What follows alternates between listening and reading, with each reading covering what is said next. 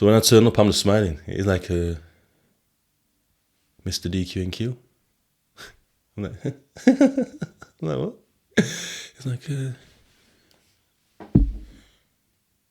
why are you smiling? Self-defense.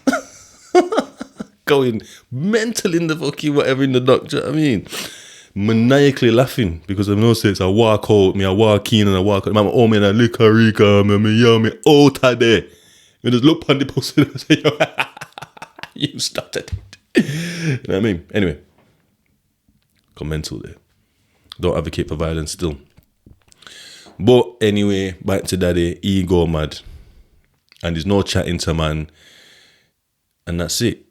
So I know to get angry and act out aggressively, intimidatingly. He didn't even really raise his voice like that.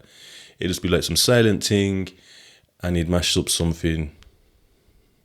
Whatever, you know what I mean? That's that anyway. That's him. So you can see where I got that bit from, because there was no one taught me emotional intelligence, because they didn't have emotional intelligence themselves. They say people that are emotionally intelligent are more intelligent than intelligent people. Let's just say, for example, the difference between Sheldon Cooper and Leonard Hofstadter. They're both smart, but he's got the super IQ. Sheldon, he's not got no EQ. IQ is intelligence quotient. It's like the measurement of intelligence, and then EQ, emotional intelligence, emotional quotient. He's got a very low EQ, Sheldon. He's got the IQ, Leonard, but he's also got quite a high EQ, so he can kind of explain things, because it's just how you are with people. Your EQ kind of shows how you are with people, how good you are with people. And that will get you further in the way this life is now. It will get you further in life, having good emotional intelligence and being able to work with people rather than against them. Because having no EQ can kind of rub people up the wrong way and stuff. Sometimes it's your issue, sometimes it's their issue. But at the end of the day, there's an issue, regardless of whose it is. Do you know what I mean? So EQ, they didn't have the EQ, so they didn't teach me no EQ. So back to my mum. Dad's got obviously his traumas or whatever, and he's going through whatever's going on for him. Everyone's traumatized, so that's his reaction, and he didn't get taught no EQ, and that's kind of the University of Life thing I spoke about before. Which episode was that? Relationship instability, I believe it was. Episode 14 possibly. And so that's kind of where it is. It's just the emotional intelligence bit, being able to sit down and talk to you. Thing is, one thing I like when I watch like Tiger Woods' story on Tiger Woods, when it shows you him and his dad's relationship, like when it shows you like footage of him on the green, like when they're playing golf, his dad never looked down at him. That's like a subliminal thing. No, someone looking down at you and you looking up at somebody. Yeah, it's a kind of subliminal. It shows like the levels, like I'm lower than this person. So the man, his dad would come down onto one knee and look his son in the eye and explain things to him. And that's like peer to peer. That's us on a certain level. That's me above you.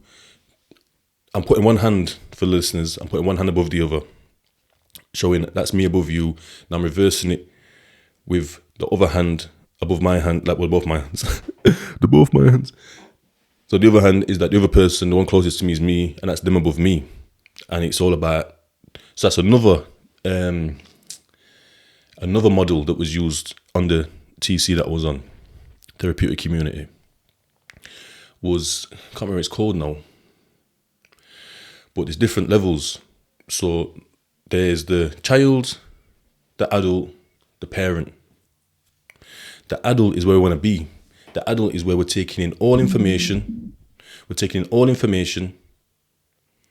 We're understanding it. Understanding how it's making us feel. Understanding how it's making them feel. Understanding the dynamics of what may happen if there's other people in the room or there's other things going off like this. It's a situation. Like that decision might make it worse. That decision might make it better. Understand what the other person's going through, if I haven't said that already. And coming to a conclusion and responding accordingly. So when I'm talking about response to reaction, reaction's like, I feel like this blah, blah, blah, blah.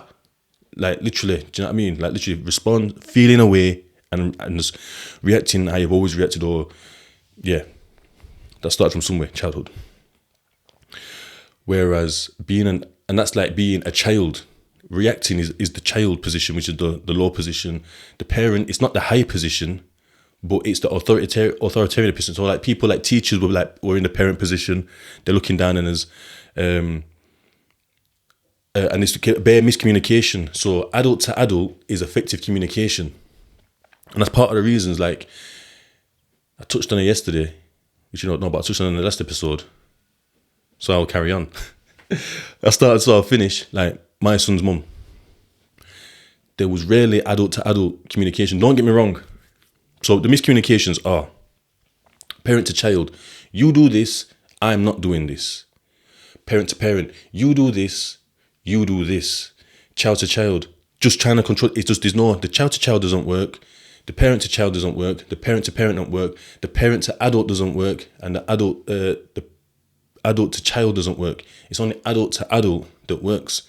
And that is, like I say, taking all that information, everything that's available, depending on what the situation may be, whether it's like something that's happened between you and your partner, or between you and parents, or between you and a work colleague, or like just somebody on the street, like there's somebody, it's another body.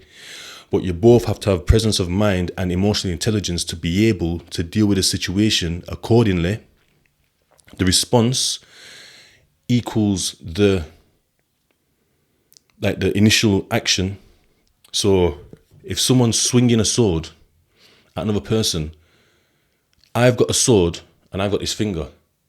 If that sword's bearing down on that person's face, putting my finger there is not the right response. Do you know what I mean? It's the closer hand, so it's probably a reaction, knee-jerk reaction, bam.